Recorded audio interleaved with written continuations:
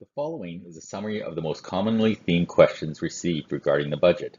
It is important to reiterate that for the most part, the reductions proposed are ultimately Council's decisions. The funding was incorporated within the budget based on previous Council direction. Administration's job is to provide information, but the decision on what is included in the budget is Council's decision. Council determines what they want the community to look like and what risk level they are willing to accept, and whether or not to delay things like the replacement of infrastructure. One of the big questions was, make tourists pay for infrastructure. Municipalities did not have the authority to apply an additional tax on tourists. Council is lobbying the provincial government to increase resort funding and to provide additional flexibility in existing grants. Some are suggesting that the rental accommodations pay for the majority of water and sewer upgrades. It is true that tourists cost our local taxpayers and utility users money. Currently, there are two types of hotels to which the utility rates differ. For hotels like the Watermark that are subdivided, meaning each suite can be owned by a different individual, the utility rates per suite are the same as any other single-family home. For hotels like the Best Western or Richter Pass Beach Resort, where all the suites are on one registered title, their utility rates per suite is slightly less than half of what a single-family home is. These rates will be reviewed when we look at separating the billing outside of the property tax notice. Some have suggested that we sell off some land for development, such as the golf course or a portion of it, or possibly Desert Park. Although the property is owned by the town, there are reverter clauses on title. This basically means that it is our property as long as it remains and is used for recreation. If the province would allow for another use other than recreation, such as residential development, the town would need to compensate the province. So there may be some revenue opportunities available, but they are not an exorbitant amount. Borrowing is planned to increase by about $17 million on utilities alone. If the overall utilities and property tax increase is dropped to 20%, and there are no further increases, borrowing would need to go to $80 million over the next 20 years. I realize this is not a realistic option, but it provides some context as to what we are dealing with. On the top of this, there are risks, as explained before, with utilities, and that the plan does not include smaller pipe replacements, does not account for inflation, and there is nothing planned for the agricultural irrigation system. Projects can be spread out, but inflation will increase the costs of projects. Some are suggesting to reduce the funding allocated to plans. Planning projects proactively produce long-term cost savings.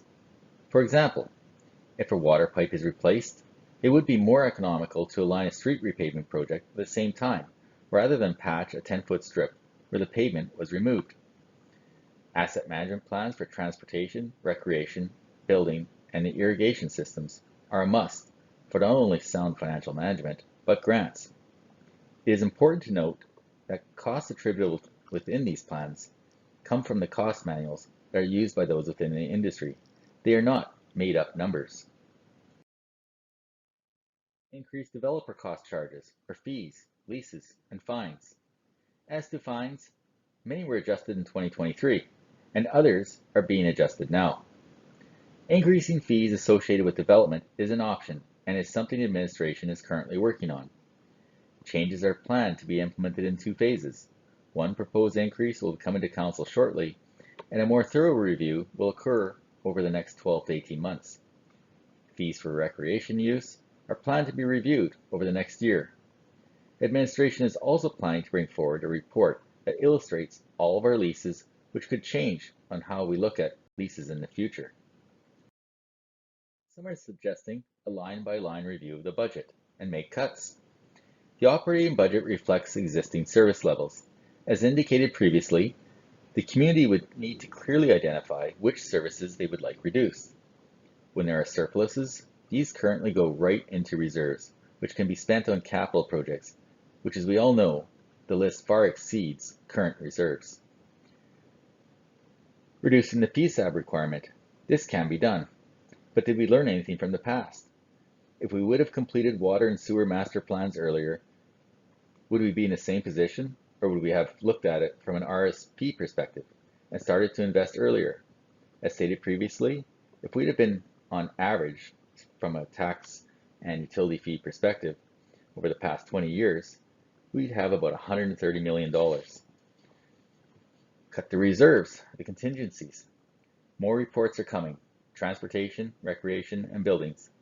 We can all see the state of this infrastructure. The sooner we start putting money aside, the sooner we can start renewal on roads, streetlights, and numerous other assets. On the capital budget side, each individual item has a report associated with it. These can be reviewed, some pushed back, although there are consequences. Having the flexibility to apply for matching grants makes financial sense. For example, if a grant becomes available for water conservation, which could assist with reducing the town's usage for watering our parks, which was planned 3 years out for repair or replacement, it would likely be advantageous to apply for the grant and move the project up, even if the grant only paid for 50% of the cost. Not proceeding with the communications officer. This position could assist with additional communications. It could improve the website. Additional budget communications and consultation could have occurred. There are things that this position could do, like reviewing the bylaws, or policies or procedures, assist with correspondence, and internal communications. Can this be cut? Yes, but the result will be that there will be little change in communications, which many are upset with. The information provided illustrate that there are options, but the infrastructure deficit and requirement to address is well documented. Can items be pushed back? Yes. Can some things be cut? Yes. But the vast majority cannot. Simply delaying is only going to cost everyone more. The exact amount required to fund our infrastructure issues will still fluctuate over time, but the evidence is clear, and that increases are required. One option that is available to Council is to extend the tax and utility payment deadline on a portion of the bill. This in effect would provide additional time to save for the tax increase and/or utility increase. Extending the payment deadline on a portion of the utility under property tax bill to September or maybe November or December impacts the town's bottom line marginally, but could be a compromise to those that require additional time.